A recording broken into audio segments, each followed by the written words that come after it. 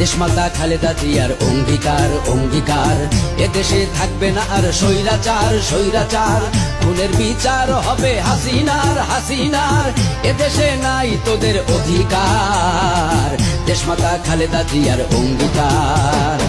আমার প্রতিটি কর্মসূচি গ্রামের মানুষের উন্নয়নের কর্মসূচি, আমার প্রতিটি কর্মসূচি আমার কৃষক ভাইয়ের মুখে হাসি ফোটানোর কর্মসূচি।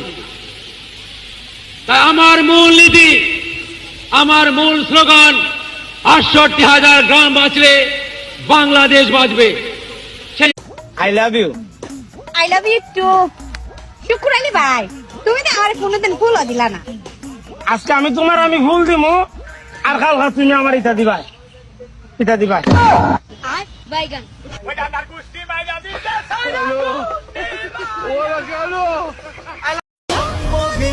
শুভ